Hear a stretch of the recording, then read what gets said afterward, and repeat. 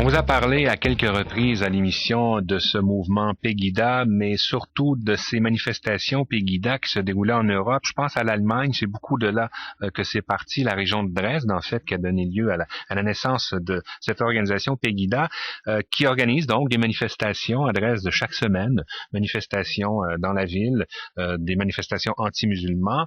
Le groupe Pegida a maintenant un bras au Québec, Pegida Québec, qui a été créé il y a quelques semaines, et une première manifestation de ce groupe-là est annoncée pour le week-end.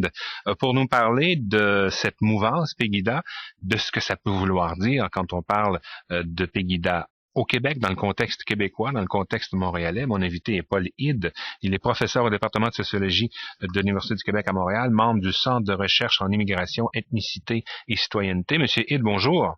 Bonjour. Peut-être nous rappeler d'abord, partons du début, je le disais, c'est l'Europe, c'est l'Allemagne. De quoi on parle quand on parle de Pegida, puis on verra quel genre de variation on aura au Québec, mais parlons d'abord de l'original, si on veut. Oui, ben comme vous l'avez mentionné, c'est un groupe dont l'existence, même en Europe, est quand même assez récente. À peu près, ça date d'à peu près un an. Mais ils ont connu l'apogée de leur popularité, disons, avec les attentats récents à Paris contre Charlie Hebdo, puis ensuite au Danemark. Et donc ça leur a donné ça moussait énormément, disons, leur discours, et puis ça a attiré beaucoup de gens à leurs manifestations qui considèrent que c'est le moment de s'inquiéter du danger d'islamisation. Donc d'une certaine montée de l'islamisme radical.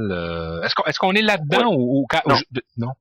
C'est-à-dire eux vont instrumentaliser les attentats terroristes pour dire, vous voyez, la plupart de ces attentats sont commis par des jeunes d'origine maghrébine, des musulmans d'origine étrangère qui sont nés ici mais qui ont jamais réussi à s'assimiler. Oui. Alors eux, ce qu'ils veulent montrer, c'est que l'islamisme est un symptôme d'un échec de l'intégration en Europe. Leur discours dans cette mouvance, c'est de dire, voyez, il y a non seulement un islam qui a jamais réussi à se fondre dans les valeurs nationales, de l'égalité, de laïcité, de liberté, mais en plus, ils sont hostiles au groupe majoritaire. Ils sont hostiles et ils veulent conquérir. Il y a une volonté de conquête. Oui. Et en Europe, en Allemagne, je pense qu'on a vu carrément, c'est du racisme, là, auquel... Bien sûr, c'est du racisme, c'est des thématiques qu'on a observées dans l'histoire concernant l'antisémitisme, hein, c'est pas nouveau. Cette idée de la théorie du complot, de considérer qu'il y a des groupes qui ourdissent là, une genre de subversion de l'intérieur, l'ennemi intérieur qui veut s'attaquer en fait à nos valeurs et à ce qui nous est le plus cher. Donc c'est tout à fait du racisme assez classique. Et donc là, Paul Hide, il y aura une première manifestation de ce groupe Pegida Québec. Ouais. C'est prévu samedi à Montréal. Ouais. Quelle résonance ça peut avoir chez nous? Êtes-vous inquiet? Oui, je suis inquiet un petit peu, mais d'un autre côté, je suis assez confiant que pour dire que au Québec, je crois pas que ça va avoir ce type de discours alarmiste et de théorie du complot va peut-être pas avoir la même réceptivité, risque d'être condamné beaucoup plus fermement dans les médias mainstream par les élites. Donc je pense qu'ils vont avoir de la difficulté à mobiliser. Il y a des groupes qui existent avant Pegida qui se sont formés aussi ces dernières années, des groupes locaux qui tiennent un peu le même discours qui veut alerter finalement la société au danger de l'islamisation et de l'islam au Québec. Il y a la Fédération des Québécois de souche, Poste de veille, Point de bascule, c'est des groupes qui sont présents surtout sur la toile et qui tiennent un discours peut-être pas aussi virulent, qui vont pas poser l'islam et les musulmans en menace aussi dangereuse pour la nation, mais qui quand même s'en inquiètent et veulent nous on procède à une certaine diabolisation du musulman. Mais dans la mesure où il y a on peut sentir... Mais ils sont marginaux, ils sont très marginaux encore, ces groupes-là. Ils ont beaucoup de difficultés à sortir de la toile pour réussir à avoir une certaine légitimité. Ouais. Et Pegida, je crois que ça va être un peu la même chose. les services de renseignement... Malgré l'inconfort, l'insécurité, il y a eu tous ces débats autour de l'emplacement de mosquées, l'affaire Charkaoui, etc. Oui, mais oui, tout à fait. C'est que dans le cas de la mosquée et puis de l'affaire Charkaoui, on a des cas individuels où on essaie on considère qu'il y a une menace qui est individuelle à tort ou à raison, qui risque d'endoctriner, de créer des clones. Bon, mais on est encore loin, enfin j'espère, des discours à la Pegida où on nous dit c'est un problème, il y a un problème social. Oui. Et c'est les musulmans dans l'ensemble qui sont un peu comme un cheval de Troie là. Et dans la cité, et qui veulent changer les règles de fonctionnement, imposer un islam radical, conservateur, patriarcal. Et puis dans ce discours-là, c'est que tout musulman est un peu un islamiste en puissance, un non intégré et un radical en puissance. Oui. Voilà. Donc c'est pas exactement la même chose. Mais ici, oui, ponctuellement, sporadiquement, il y a une montée d'islamophobie qui peut être attisée par certains cas individuels qui sont présentés comme des islamistes ou comme une menace islamiste. Bon, alors on va suivre ça attentivement, c'est certain. Paul Hide, professeur au département de sociologie de l'UQAM, membre du Centre de recherche en immigration, ethnicité et citoyenneté. Merci beaucoup.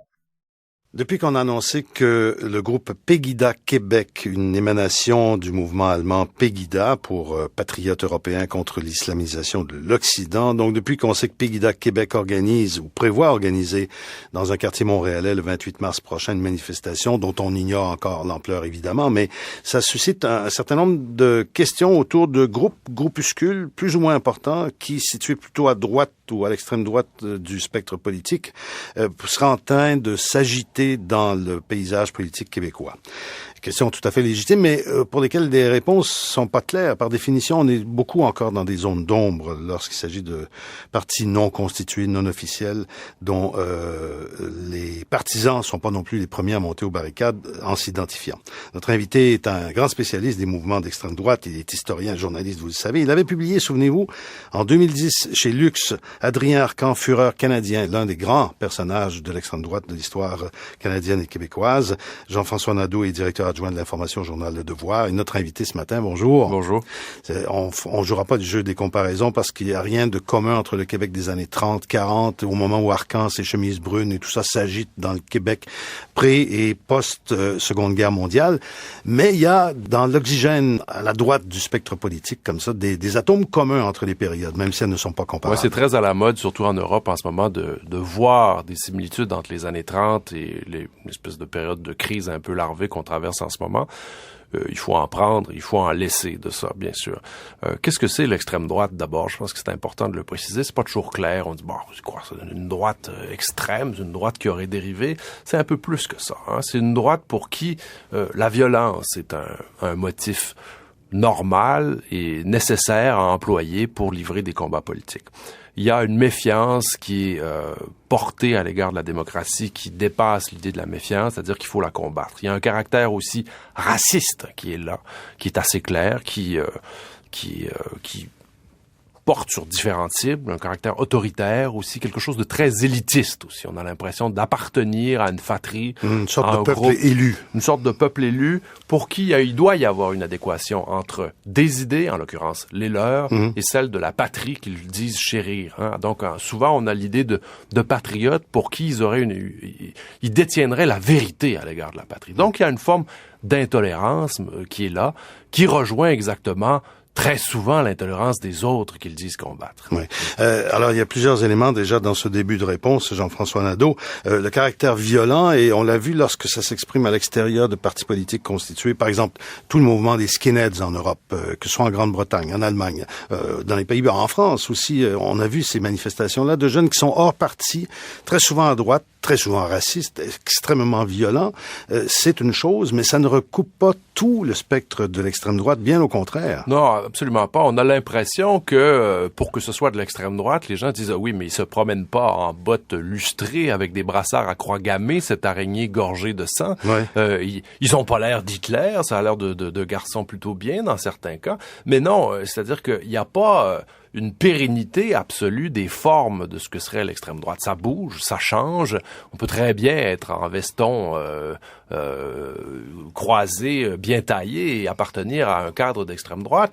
En France, il y a un parti en ce moment qui appartient depuis toujours ou à peu près à ce spectre-là, qui est le spectre de l'extrême droite. Donc, c'est le parti dirigé aujourd'hui par Marine Le Pen, qui est la digne fille de son père, Jean-Marie Le Pen. C'est donc le Front National en France qui selon les sondages, là, il y a un quart des Français à peu près qui les appuient. Donc, il peut y avoir une forme démocratique aussi, dans une certaine mesure, à ça. Il faut se rappeler que Hitler a été porté au pouvoir de façon démocratique aussi. Donc, il y a des formes multiples. Et à la tête d'un parti, le national-socialisme, oui, tout à fait. Oui. Alors que le Front National de Jean-Marie Le Pen était marginal dans les années 70, est devenu, et au fur et à mesure que son discours s'est poli, entre guillemets, au coin, moins ses apparences, en tout cas. Oui, sauf pour les coups de gueule de son président jusqu'à il y a quelques années. En tout cas, après ça, c'est la légitimité politique. Mais revenons à ce qui est peut-être dans l'air du temps plus que dans les mouvements politiques. Il y a des périodes où l'épiderme est plus sensible, pour toutes sortes de raisons. Conditions économiques, mouvements massifs de population, immigration de nouvelles souches, etc., qui vont faire que dans une société ou une autre, c'est le cas peut-être au Québec aujourd'hui, ce qui ne nous touchait pas, tout à coup devient très irritant et assez vite. Et là, des gens qui ne se soupçonnaient pas du tout d'être à droite du spectre politique peuvent tout à coup entendre une musique qui leur plaît. Ouais, on est, il faut le dire, et c'est pas propre au Québec, dans une forme de climat. On est dans un moment de l'histoire où il y a une obsession, une idée de haine qui trahit beaucoup le discours public à l'égard des musulmans. Hein. C'est largement répandu. Alors, il y a une inquiétude qui est en partie raisonnable parce qu'il se passe des choses à travers le monde là qu'on peut pas nier. Vous avez vu cette semaine, enfin, ces monuments de culture qui sont renversés de façon absolument inexplicable pour les esprits qui sont les nôtres. C'est-à-dire que le propre de l'intolérance, c'est de pas douter. Hein. C'est un des problèmes déjà qu'on peut avoir avec l'intolérance. Effectivement, ce ne sont pas des idées dont on parlait tellement. L'idée de tolérance qui est proposée par Voltaire au XVIIIe siècle, qui en est le héros, le phare, qui éclaire tout un siècle avec cette idée-là, on n'en a plus tellement entendu parler dans la mesure où on sentait peut-être qu'on n'en avait pas tellement besoin. Hein? L'idée qui nous apparaît tout à fait normal, où le droit de projeter son point devant quelqu'un d'autre doit s'arrêter forcément là où le nez de l'autre commence, c'est quelque chose qui est assez communément admis en société. Hein? Il y a des principes de morale qui sont minimum, c'est-à-dire que vous avez droit à vos convictions, j'ai droit aux miennes, et dans la mesure où les vôtres empiètent pas sur les miennes, c'est normal. Une société doit proposer plusieurs types de perception.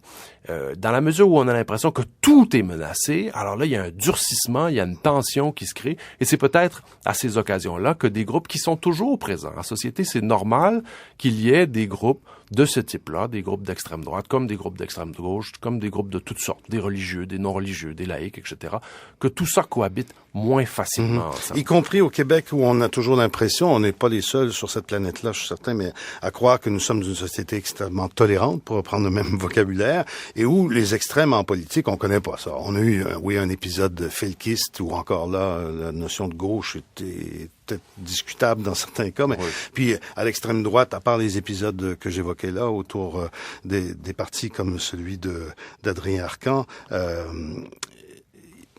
on est plutôt dans l'extrême centre, comme aimait dire Pierre Elliott Trudeau. Alors, non, on n'est pas à l'abri, même si on ne connaît pas le nombre de ceux qui peuvent être touchés par ces questions-là. Bah, moi, j'ai l'impression qu'on est une société qui est pas différente des autres, du moins pour l'Occident. Hein. Si on se compare avec des vecteurs qui sont comparables, j'ai l'impression qu'on n'est pas différent. On ne l'était pas davantage par le passé qu'on l'est aujourd'hui. On a réécrit un peu l'histoire, notamment celle de la Seconde Guerre mondiale, en disant « Nous sommes allés nous battre contre des infâmes de toutes sortes. oui, c'est vrai en partie, mais il y avait aussi dans nos sociétés, aux États-Unis, au Canada, dans l'Amérique tout entière, bref, des courants qui étaient assez semblables à ceux qu'on allait combattre. Il y a eu des grands rassemblements à New York, il y en a eu à Toronto, il y en a eu à Montréal, qui étaient du même ordre et de la même eau que ce qu'on allait combattre. La situation des Noirs, la ségrégation des Noirs aux États-Unis, ça existait avant et ça existait aussi après la Seconde Guerre mondiale. C'est aussi du racisme. Donc, il y a des courants qui sont contradictoires dans une société, qui sont là, qui sont présents, et des forces historiques qu'on mesure pas très bien, qu'on mesure après coup, qui font en sorte qu'ils vont ressurgir ou qui vont disparaître. Donc, la tolérance, au fond, c'est un principe qui est difficile, hein, qui est difficile à maintenir. La tolérance, ça se mérite. On peut pas tout tolérer. L'intolérance est intolérable. Et jusqu'où on doit aller dans ces réserves-là par rapport à l'extrême droite, par exemple? Qui sont ces gens-là? Jusqu'où on peut les tolérer? Parce que jusque dans leur intolérance, non, je ne crois pas. Il y a, au Québec, en ce moment-là, il y a eu un rassemblement dont on a parlé un peu dans les journaux il y a quelques jours, de groupes d'extrême droite, notamment autour de la Fédération des Québécois de souche, dont déjà le nom est un peu particulier. Qui sont ces gens-là? Ils ressemblent exactement au cadre classique de l'extrême droite. On y voit donc des discours assez étonnants. Par exemple, l'art contemporain serait pour eux une célébration de l'individualité, mais qui serait manipulée par la CIA. Hitler a fait presque aussi bien à un moment donné. Bien, en effet. L'idée d'un complot, donc, qui est là. Les féministes qui seraient essentiellement des schizophrènes, dont les motifs seraient pas intéressants. On appuie le Front National, on tient en intérêt quelqu'un comme Dieudonné ou des personnages de ce type-là. Alain Soral, par exemple, qui est un négationniste pour qui essentiellement l'univers du massacre des Juifs pendant la Seconde Guerre mondiale serait une invention de l'histoire. Donc tout ça est assez malheureux. Oui, malheureux, mais en même temps, il y a plusieurs affirmations là-dedans qui sont risibles. Si c'était pas inquiétant, à la limite, on pourrait juste en rire, tout simplement. Bon, il y a ça. Oui, mais avec un bâton de baseball, c'est moins évident. C'est moins évident. Oui. Même s'il n'y a pas encore eu d'accrochage ouvertement revendiqué, violent de la part de groupes ou d'individus de cette nature-là, ici, en tout cas, que je sache. Un mot, Jean-François Nadeau, sur l'espèce de malaise au Parti québécois, où on a vu qu'une partie, en tout cas des jeunes au parti, était assez séduits par l'idée d'un rapprochement avec les jeunes du Front national. La question de départ, c'était évidemment le fait qu'on va sabrer dans une vieille pratique qui a près de 40 ans maintenant, où étudiants français et québécois pouvaient changer de territoire, puis aux mêmes conditions étudier dans les universités des uns et des autres. Ce système-là est en train de disparaître. Et au FN, on disait, là, nos amis indépendantistes québécois, il faut quand même travailler avec eux. Et puis, il y en a au PQ qui disaient, oui, c'est une bonne idée, tout ça. Un peu en faisant fi ou en faisant l'économie d'une leçon d'histoire sur la nature du Front national, en dehors de ce dossier-là. Est-ce que c'est des choses qui devraient être inquiétantes? Il faut toujours faire attention, évidemment, à ces questions-là. Mais là, dans le cas qui nous occupe présent, il faut en prendre et en laisser. Il s'agit de discussion avec des jeunes dans un cercle fermé, et tout ça a été tué dans l'œuf assez rapidement. Intéressant, par contre, de voir cette semaine dans le Huffington Post un blog qui est assez intéressant, qui vaut ce qu'il vaut, bien sûr, puisque l'échantillonnage est questionnable, mais il est allé chez 2 candidats du Parti québécois dans des sites non officiels, des gens qui se présentent comme des supporters. Mais encore une fois, ils sont pas appuyés directement, ni par le parti, ni par les candidats en question. Et il a noté un nombre assez impressionnant dans ces lieux fermés, encore une fois privés, de propos qui sont assez racistes, assez clairement racistes. Violent parfois. Très violent. Oui. Très violent. Il l'a fait remarquer aux gens avec qui il discutait, donc le modérateur, notamment de ces groupes-là. Le modérateur. Et le modérateur l'a menacé d'expulsion parce que lui prônait la tolérance. Alors, il est intéressant de noter que cet homme, ce professeur au collégial, Alex Noël, dit qu'il est lui-même un souverainiste, qu'il est donc il est peu suspect d'être contraire, au fond, au but premier du Parti québécois. Donc, encore une fois, il n'y a pas d'adéquation directe. Ça ne veut pas dire que le parti cautionne ça. Je pense qu'il le rejetterait comme il l'a toujours rejeté par le passé, mais que les discours actuels que l'on tient sur l'identité, tout ça, appellent aussi à ce genre de dérive, et que pour ces motifs-là, il faut être extrêmement vigilant et se distancer de choses pareilles. Jean-François Nadeau est directeur adjoint de l'information au quotidien montréalais Le Devoir. Jean-François Nadeau, merci. Anne-Christine, en parlant de choses difficiles à expliquer, je pense que vous étiez surprise d'apprendre que Pegida était en train de se faire un petit cousin ici au Québec. Surprise, dévastée. OK. Alors, parce que ça, vous... Ça, c'est le mot. Ouais, parce que vous savez ce que ça veut dire, Pegida. Vous vivez à Dresde depuis plusieurs années, Anne-Christine? Oui, depuis 2003. Et vous avez vu la naissance de Pegida. Est-ce que vous pouvez nous expliquer comment Pegida est né, dans quel contexte en Allemagne de l'Est? Enfin, en ex-Allemagne de l'Est. Oui, c'est en ex-Allemagne de l'Est. Pegida, on va le rappeler encore une fois, patriote européen contre l'islamisation de l'Occident, pardon. L'Occident, mais c'est vraiment l'Europe. Hein. Il parle de Abendland en allemand, ce qui est vraiment l'Europe, hein, parce que l'Amérique, c'est plutôt le Nouveau Monde. Uh-huh. En fait, et ce mouvement-là est né d'une façon assez bancale et vraiment ironique dans un restaurant grec, pour un mouvement qui est vraiment très, très agressif vis-à-vis des étrangers. Mais attendez, un restaurant grec en Allemagne? Oui. Ah, d'accord. Et par un type qui s'appelle Lutz Bachmann, qui est un ancien braqueur et dealer, et qui s'était réfugié plusieurs années en Afrique du Sud pour échapper à la justice allemande. Donc, il est encore en probation. C'est un individu assez peu fiable qui avait réussi par l'intermédiaire des réseaux sociaux à attirer quelques centaines de personnes en octobre 2014. Donc, la première manifestation a eu lieu le 28 octobre. Et le mouvement a très rapidement dépassé toutes les attentes de ses créateurs. Ça a grossi de façon exponentielle en quelques semaines. Et puis, la plus grosse manifestation, juste après les attentats de Charlie Hebdo, était de 25 000 personnes. 25 000. Quand je vous dis oui, 25 000. La semaine précédente, c'était 18 000. La semaine précédente, c'était 12 000. Donc, c'était effectivement exponentiel. Là. C'était parti de quelques centaines jusqu'à 12 000, 18 000, 25 000. Voilà. Et qu'est-ce qui faisait que toutes sortes de gens se reconnaissaient dans ce mouvement-là à Dresde de Anne-Christine? Bon, ils ont été très intelligents, d'accord? Ils ont commencé à faire ce qu'on appelle les manifestations du lundi.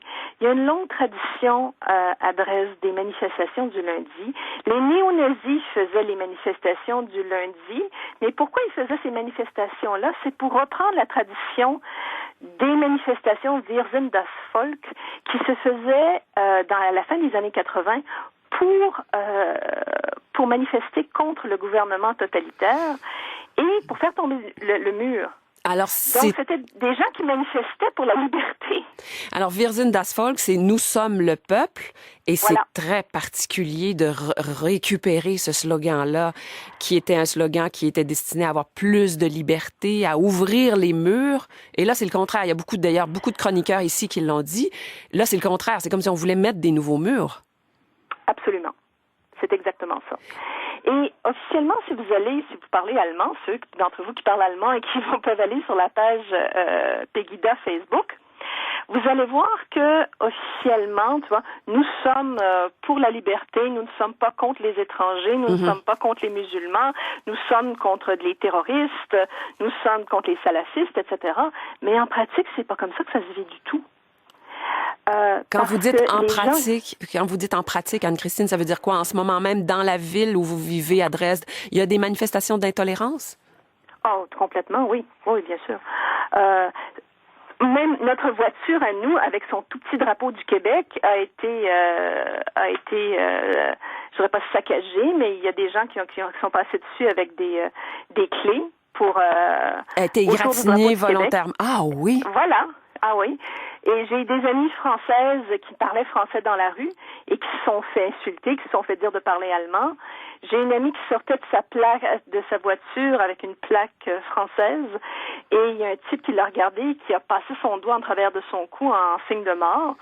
Un moment. Et ça, je vous parle des gens qui sont européens, qui ne sont pas de minorité visible, hein. Ceux qui sont noirs, même qui parlent parfaitement allemand, qui demeurent à Dresde depuis des années, outre le fait qu'ils n'arrivent pas malgré leur diplôme, à avoir d'autre travail que d'être caissier, mais quand ils sont chanceux d'être caissier dans un petit magasin d'alimentation, ils se font insulter régulièrement. Mais Anne-Christine, c'est terrifiant ce que vous racontez. Qu'est-ce qui peut expliquer ça? Quelle histoire liée à ce coin-là de l'Allemagne peut expliquer un comportement, mais aussi ouvertement xénophobe? Bon, alors, je vais vous donner les éléments en ordre, OK? Parce que tout ça s'accumule. Il nous reste 2 minutes, alors, cela dit. Oui, allez-y. Donc, Dresde est une ville qui a été sauvagement bombardée en 1945, qui s'en remet à peine 70 ans plus tard. Premier élément. Deuxième élément, c'est une ville de l'ex-Allemagne de l'Est et la population a vécu en vase clos pendant 40 ans. Ah oui. Numéro 2. Numéro 3, société coupée de ses élites qui viennent la plupart du temps de l'Ouest, qui sont plus riches. Okay? Donc, élite politique, élite financière, élite intellectuelle viennent souvent de l'Ouest. Donc, la population se sent coupée de ses élites. Autre élément, depuis quelques années, c'est assez récent que tout à coup, il y a des Pakistanais, Afghans, des gens qui viennent qui font partie des minorités visibles, entre guillemets, qui débarquent à Dresde parce que Dresde est devenu un lieu où on acceptait les réfugiés. Alors, c'est tout nouveau dans l'existence des gens. Il faut comprendre une chose, c'est que les 35 ans et plus n'ont pas appris l'anglais à l'école, ils ont appris le russe. Donc, ils ne savent pas communiquer, hein, et la haine naît de l'ignorance. C'est vrai du temps de Marco Polo, c'est encore vrai aujourd'hui. En plus, l'Allemagne a accueilli en 2014 170 000 réfugiés. Oui. Alors, on a là tout un cocktail. En accueillir 200 000, oui, on a tout un cocktail et il va falloir s'arrêter là-dessus, Anne-Christine, pour nos informations. Mais en terminant, le mouvement là-bas, la bonne nouvelle, c'est qu'il s'essouffle un petit peu, le mouvement Pegida à Dresde. Oui et non. C'est-à-dire qu'il s'essouffle en termes de quantité de personnes, mais il s'organise beaucoup mieux. Oh. Et là, ils veulent présenter un candidat à la mairie. Alors, ça inquiète tout le monde. Oh, d'accord. Alors non, c'est pas rassurant, effectivement. On aura sûrement l'occasion de s'en reparler. Merci beaucoup, Anne-Christine Loranger, journaliste donc et professeure de langue à Dresde, en Allemagne. Tout ça en attendant, pas de gaieté de cœur, une manifestation et des contre-manifestations demain à Montréal du même mouvement Pegida. À bientôt. On se retrouve tout de suite après les informations.